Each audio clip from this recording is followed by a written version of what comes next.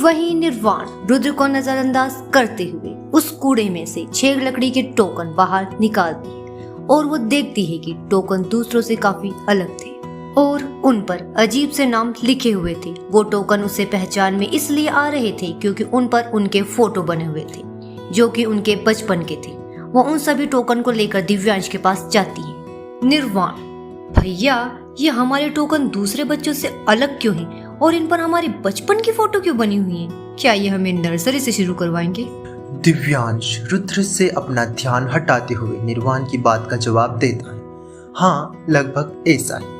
ये सब तुम्हें बाद में पता चल ही जाएगा। यहाँ बस इतना समझ लो कि तुम्हारी रैंक ब्रोंज, जो कि सबसे निचला स्तर है, से भी नीचे है और इसका संबंध तुम्हारी परीक्षा में किए गए प्रदर्शन से बिल्कुल नहीं, जैसा कि तुम्हें कल के प्रवेश समारोह में पता चल ही जाए कि सब कितना उल्टा है। अब सब अपने अपने टोकन ले लो और उस पर अपने खून की एक बूंद डाल दो ताकि तुम्हारा एडमिशन कंफर्म हो जाए। सब निर्वाण से अपना अपना टोकन ले लेते, लेकिन निर्वाण के पास अभी भी एक टोकन बचा हुआ था।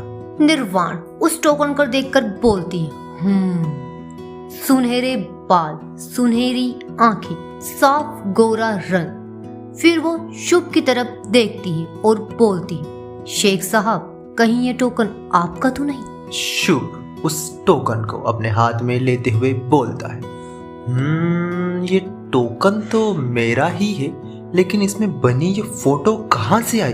इसे तो मैंने कब का जला दिया था। वो सब देखते हैं कि उनके टोकन पर उनके बचपन की भद्दी फोटो लगी हुई थी। फिर वो सभी अपने टोकन पर खून की एक बूंद डालते हैं।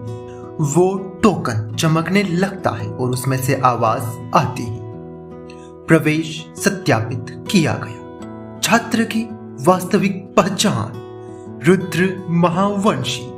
छात्र की छद्म पहचान डाकू। छात्र की टोकन रैंक वुड लेवल 1। छात्र का आध्यात्मिक स्तर तारा मंडल के 4थे स्तर पर। समूह का विवरण अभी किसी भी समूह में नहीं।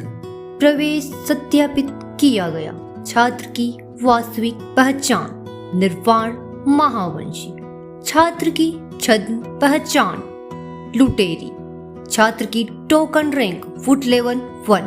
छात्र का साधना स्तर तारामंडल के 4थे स्तर पर। समूह का विवरण अभी किसी भी समूह का सदस्य नहीं। ऐसे ही सबके टोकन में से आवाज आती है, जहां बस 3 चीजों में अंतर था, उनके नाम में, उनके छद्म नाम में और उनके आध्यात्मिक स्तर में। जहां नीर का छद्म नाम बेशर्म, शिराखा का छद्म नाम घमंडी और शुभ का छद्म नाम भिखारी था और तीनों ही तारा मंडल के 11वें स्तर पर थे। दूसरी तरफ ज्ञान, जिसका छद्म नाम अनपढ़ था, वो तारा मंडल के 4थे स्तर पर था। रुद्र, भैया ये वास्तविक पहचान और छद्म पहचान का क्या चक्कर है? दिव्यांश रुद्र का टोकन लेते हुए, मैं तुझे समझाता हूँ। अकेडमी में छात्र की असली पहचान छुपाने के लिए उन्हें छद्म पहचान या कहीं की कोड नेम दिए जाते हैं। हालांकि साधारण तौर पे ये नाम स्टूडेंट द्वारा स्वयं अपने फॉर्म में भरे जाते हैं, लेकिन तुम्हारा फॉर्म तो किसी और ने भरा था, इसीलिए नाम भी तुम्हें उन्होंने ही दिए होंगे। हमारे साथ ऐसा ही होता है। अब आते हैं टोकन रैंक पर। जैसे कि तुम देख सकते हो, तुम्हारे हाथ में एक लकड़ी का टोकन है जिसे आधिकारिक रूप में वुड टोकन कहते हैं। जहां बाकी टोकन में 5 स्तर होते हैं, वहीं इसमें 9 स्तर होते हैं, जिसमें तुम पहले स्तर पर हो। और रुद्र ने जो थोड़ी देर पहले किया था, उसकी वजह से मुझे डर है कि तुम्हारे टोकन का स्तर कम होकर -1 हो जाएगा, जिसे तुम्हें 6 महीने में वुड लेवल 1 पर लाना होगा। अगर तुम ऐसा नहीं कर पाते हो तो तुम्हें अकेडमी से निकाल दिया जाएगा। अब आते हैं समूह पर। हमारी अकेडमी में समूह 2 तरह के होते हैं, एक स्थायी समूह, दूसरे अस्थायी समूह। ये समूह अकेडमी से मिले मिशन पूरा करने के लिए बनाए जाते हैं, जहां स्थायी समूह अकेडमी से अनुमति के बाद किसी 7 या 7 से अधिक लोगों द्वारा बनाए जाते हैं, जो हमेशा समूह में काम करते हैं। वहीं अस्थायी समूह अकेडमी या किसी एक व्यक्ति द्वारा बनाया जाता है, जो कि एक मिशन करने के बाद खत्म कर दिया जाता है। हालांकि मिशन एक अकेला व्यक्ति भी कर सकता है।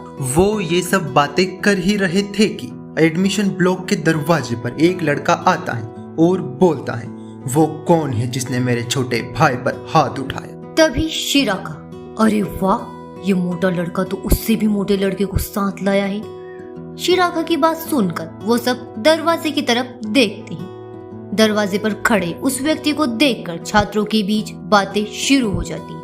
उनकी बातें सुनकर शिराका और बाकी सभी को पता चलता है कि वो दूसरा मोटा लड़का उस मोटे लड़के का बड़ा भाई है, जिसे रुद्र ने कुछ समय पहले अपने घूंसे से फुटबॉल की तरह हवा में उड़ा दिया था।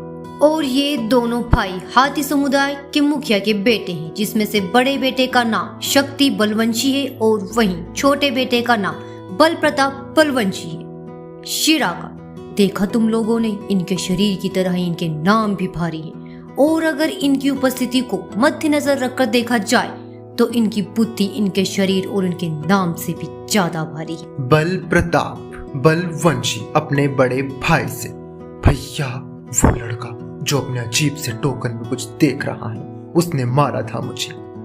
शक्ति बलवंशी, चुप, पहले तो मार खा ली और अब ऐसी बात करके लोगों के सामने हमारे बलवंश का अपमान करवा रहा है। शक्ति फिर रुद्र की तरफ देखकर बोलता है, बच्चे, उधर रुद्र अपनी ही दुनिया में अपने टोकन की तरफ देखते हुए, आखिर वो आवाज आई कहां से थी? वो टोकन के अंदर झांक कर, सुनिए, कोई अंदर है क्या? वो मुझे अपनी प्रोफाइल फोटो बदलनी। रुद्र की आशा से विपरीत टोकन के अंदर से आवाज आती है, क्षमा कीजिए, ऐसी कोई सुविधा उपलब्ध नहीं। हाँ, यहाँ तो बस असुविधाएं ही हो सकती।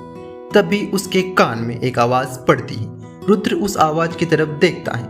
क्या अभी इस मोटे के पास खड़े इस थुलथुल लड़के ने मुझे आवाज दी?